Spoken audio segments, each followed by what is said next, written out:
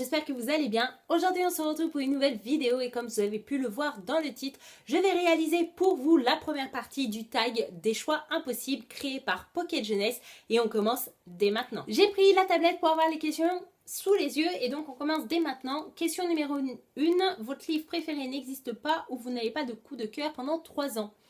Je crois que... c'est dur. Je crois que je préfère que mon livre préféré n'existe pas. Même si voilà, j'adore Barbara Abel et Derrière la haine, son livre. Mais franchement, 3 ans sans coup de cœur, je crois que ça pourrait m'entraîner dans une sacrée panne de lecture. Et personnellement, pendant 3 ans, ne pas avoir de coup de cœur et trouver toutes nos lectures bof, ça va me décourager et je crois que j'aurais plus envie de lire. Donc ouais, je préfère que mon livre préféré n'existe pas. De conseiller un livre ou se faire conseiller un livre. Ah, c'est dur ça. D'un côté, j'aime bien me faire conseiller un livre. J'adore quand quelqu'un vient me voir et me dit voilà, j'ai lu ce livre, j'ai trop pensé à toi, c'est vraiment ce que t'aimes, c'est ton genre littéraire préféré. Franchement, fonce, tu vas adorer. Donc moi, je suis assez naïve. Hein. Je vais écouter la personne, je vais foncer droit dans le mur, je vais l'acheter, je vais le lire au risque qu'il me plaise pas. Hein. Et de l'autre côté, conseiller un livre, j'adore ça. Hein. Sinon, je serais pas ici face à vous, face à caméra, sur YouTube. Donc, je dirais conseiller un livre. Voilà, je préfère conseiller un livre, même si j'aime bien qu'on me conseille un livre. Mais voilà, il faut faire des choix. Question numéro 3, Hunger Games ou Le Labyrinthe. Franchement, pour ceux qui savent et qui sont fidèles à la chaîne, j'ai adoré les 2 trilogies, mais sans hésiter, Hunger Games, c'est le top du top. 4, corner une page de son livre ou casser le dos. Je dirais sans hésiter corner une page de son livre parce que quand on regarde une bibliothèque, on ne voit pas quand les pages sont cornées à l'intérieur.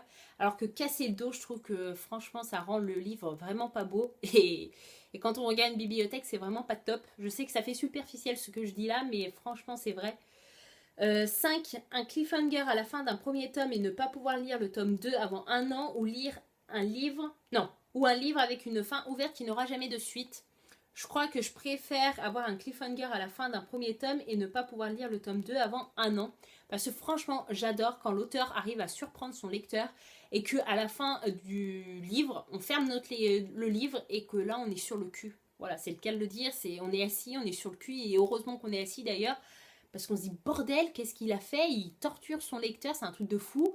Et de se dire, bah, waouh, il se passe ça et pendant 1 an, bah, il va falloir faire marcher...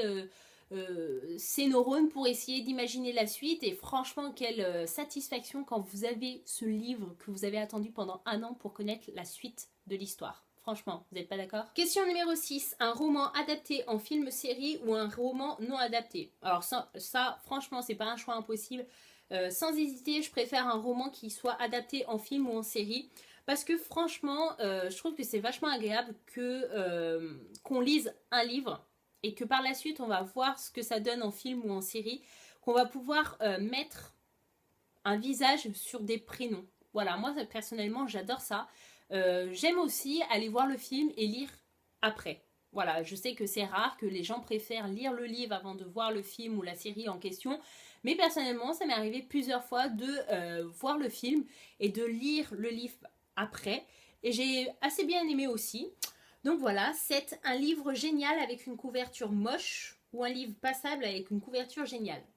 Alors là, franchement, à vous dire, là, d'un côté, je dirais un livre génial avec une couverture moche parce que personnellement, c'est bien d'avoir une couverture géniale, une couverture trop belle, mais si on se fait chier pendant la lecture, il sert à rien ce livre du coup, on est d'accord. Question numéro 8, se faire spoiler un livre ou ne jamais avoir la suite. Alors là, pareil, je préfère me faire spoiler un livre que ne jamais avoir la suite. Parce que vous imaginez la frustration de jamais savoir ce qui arrive au personnage. Un truc de fou. 9, ne jamais pouvoir parler d'un super livre ou ne lire que des livres nuls pendant 2 mois. Alors attendez, il faut que je la relise. Oui. Je suis pas blonde, mais... Ne jamais pouvoir parler d'un super livre ou ne lire que des livres nuls pendant 2 mois. Franchement, 2 mois, c'est rien. Donc, je préfère lire que des livres nuls pendant 2 mois et pouvoir parler d'un super livre par la suite, après ces 2 mois, que de ne jamais pouvoir parler d'un livre génial. Voilà, je pense que, ouais, c'est ça. Question numéro 10. Rencontrer un auteur que vous aimez pour qu'il vous parle de son prochain livre ou pouvoir lire ce prochain livre 1 an avant tout le monde sans rencontrer l'auteur. Là, c'est pareil, je pense que je préfère rencontrer un auteur que j'aime pour qu'il me parle de son prochain livre. Parce que personnellement, le lire un an avant tout le monde, ouais, c'est génial parce qu'on est privilégié et on se dit, ouais, moi je l'ai lu avant, je sais ce que c'est, etc. Et on peut le conseiller et je trouve ça assez génial de se dire, voilà, j'ai lu tel livre de tel auteur quelques mois avant vous, voire un an avant vous. Franchement, soyez au rendez-vous, il est génial, vous devez absolument l'acheter et tout, je trouve ça génial. Mais sans rencontrer l'auteur, je trouve ça assez triste. Alors que si on rencontre l'auteur et qu'il nous parle de son livre, je trouve ça déjà très enrichissant. Et en plus de ça, on pourra quand même lire le livre au moment où qu'il sort. Voilà. Donc je pense que je choisirais ça. Et par exemple, ça m'est arrivé avec Barbara Abel, qui est mon auteur préféré, vous le savez tous, que j'ai rencontré au Quai du Polar à Lyon début avril. Et quand je lui ai dit mon prénom, bon là je me répète parce que ceux qui ont vu mon book haul d'avril, ils le savent. Quand j'ai dit mon prénom, elle m'a dit « Oh sérieux et tout, c'est le prénom de ma prochaine héroïne dans mon prochain roman ». Et elle m'a parlé un petit peu du roman en question.